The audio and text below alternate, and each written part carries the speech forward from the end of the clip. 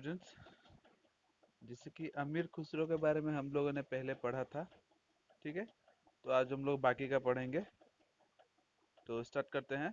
तो अमीर खुसरो जो थे वो हिंदुस्तान के नहीं, केवल उन्होंने हिंदुस्तान को जो है मातृभूमि माना था। जो मुगल लोग थे, ठीक है, तो उन लोग जो है आके यहाँ पे लूट वूट करते थे, है ना।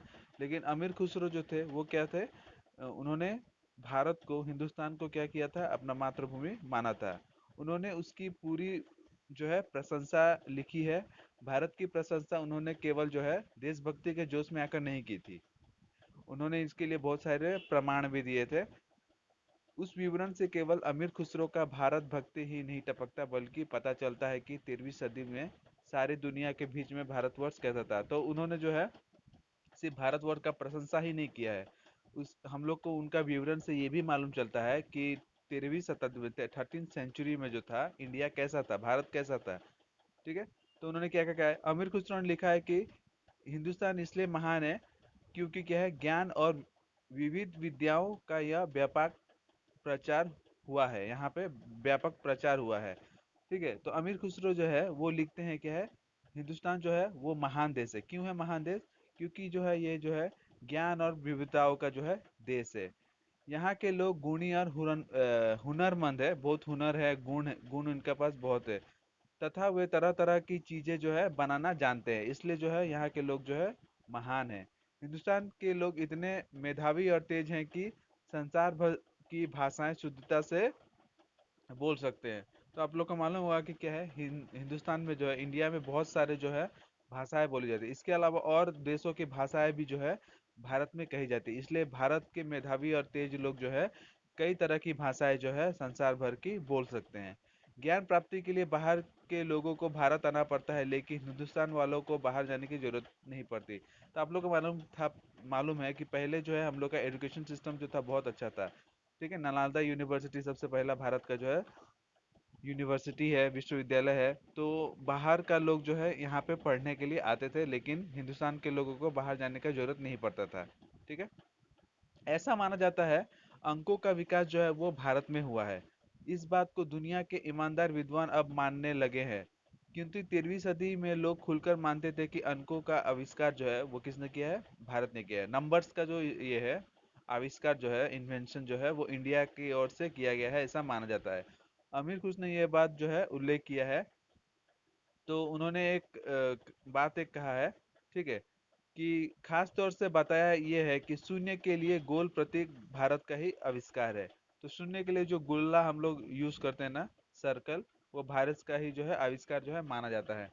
अंकों को अरबी में हिंसा कहते हैं, हिंसा कहते हैं। ठीक है, अमीर खुसरो ने लिखा है कि यह शब्द हिंद, हिंद मतलब भारत, और असा, ये दोनों शब्दों से बना हुआ है। उसका ख्याल है असा नाम कोई भारतीय गणितज्ञ थे, उनको, उनके अनुसार जो है असा जो था वो क्या था, एक गणित मैथमेटिशियन था। ठीक है, इसी का नाम से तो है हिंसा जो है पड़ा हुआ है, जिन्होंने अंकों का आविष्कार किया। इसलिए अरब में अंकों का नाम जो है हिस्सा, हिंसा पड़ गया। खुसरो ने इस बात की भी खुशी जाहिर की है कि कलीला व दमना, कर्टक और दमनक की कहानी भारत में रची गई और उसका अनुवाद जो है फारसी, तुर्की, ताजी, अरबी और दरी भाषाओं में हुआ। ठीक है, तो ऐसा माना जाता है कि कलीला और दमना, कर्टक या दमनक का कहानी है। ठीक है, ये जो है भारत में ही रचा गया, और फारसी, तुर्की, अरबी, ताजी, ये सब भाषाओं में जो है इसका अनुवाद किया गया। अमीर खुसरो ये भी लिखते हैं कि जो शतरंज का गेम है, चेस जिसको बोलते हैं हम लोग, उसका आविष्कारकर्ता भी जो है वो भारत है। भारतीय संगीत की खुसरो ने बहुत प्रशंसा की है और उसे सभी देशों के संगीत से श्रेष्ठ बताया है। उन्होंने ये बात लिखा है कि हिंदुस्तान के संगीत से मनुष्य सिर्फ झूमते नहीं है, बल्कि उसे सुनकर जो है हिरन भी जो है अपना चरना, मतलब गाय जो चरते हैं घास वगैरह, वो सब भी भूल जाते हैं अगर वो हिंदुस्तान के संगीत सुनते हैं। तो अंत में थोड़ी आत्म प्रशंसा करते हुए उन्होंने यह भी कहा है कि हिंदुस्तान इसलिए भी लाजवाब है कि किसी और मुल्क में खुसरो के समान भाषा का जादूगर नहीं है, गर्चे सुल्तान व एक अदना सा चारण है। तो उन्होंने अपना थोड़ा तारीफ करते हुए भी कहा है कि क्या है, उन्होंने जो है अपना अमीर खुसरो जैसा कोई भाषा का जादूगर जो है वो नहीं है जैसा भारत में है। ठीक है।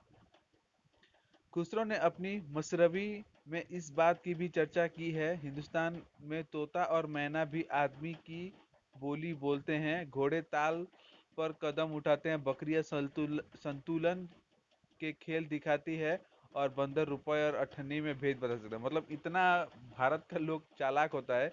जानवर भी जो है चालाक होता है, तोता और मैना भी जो है वो भाषा बोल सकते हैं, घोड़े भी जो है ताल पर जो है कदम उठा देते हैं, बकरियां जो है संतुलन का जो है गेम जो है वो दिखा देती है, और बंदर भी अठन्नी और चौवन्नी में जो है भेद बता देंगे। तो मतलब उनका सिर्फ भारत का सिर्फ लोग ही नहीं, उनके जानवर भी जो है वो बहुत मेधावी हैं और बुद्धिमान हैं।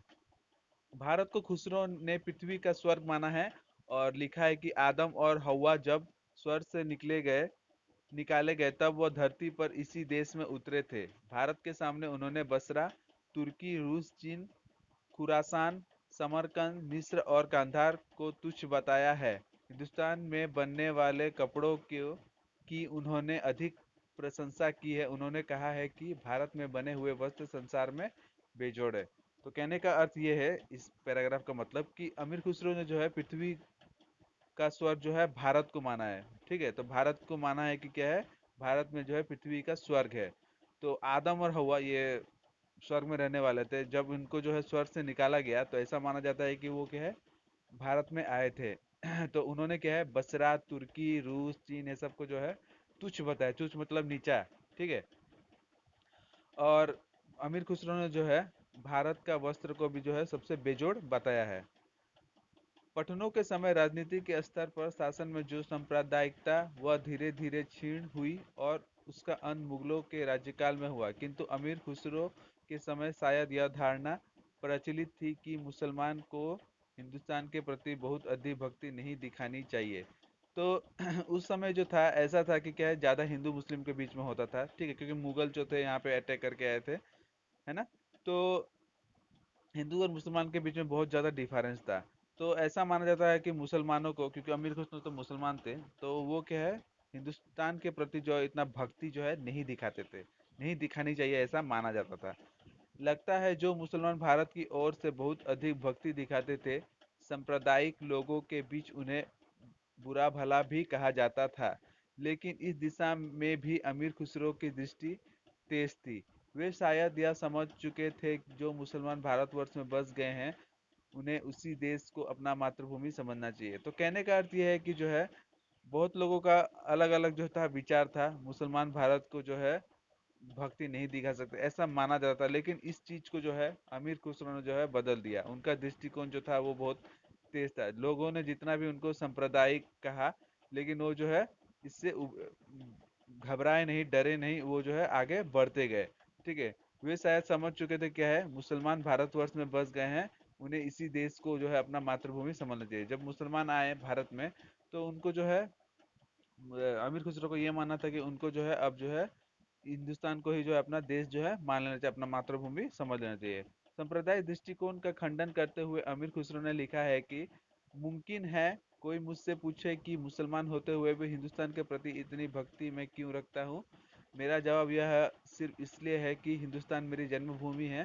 हिंदुस्तान में मेरा अपना देश है। खुद नबी ने कहा है कि अपने देश का प्रेम आदमी के धर्म प्रेम से सम्मिलित होता है। तो अगर सांप्रदायिक दृष्टिकोण से अमीर खुसरो जी लिखते हैं कि अगर लोग कहते हैं क्या है, मुसलमान होते हुए भी उनका जो है अपना हिंदुस्तान के प्रति इतना भक्ति क्यों है, तो इसके बारे में वो कहते हैं कि हिंदुस्तान जो है वो उनका जन्मभूमि है, वो उनका देश है। और नबी मोहम्मद नबी ने भी कहा है क्या है, देश प्रेम जो है आदमी के धर्म प्रेम से जो है मिला हुआ होता है। ठीक है। तो यही है इसका पार्ट। तो इसका नोट्स जो है हम लोग आगे जो है और इसको समझेंगे। ठीक है, तब तक के लिए धन्यवाद।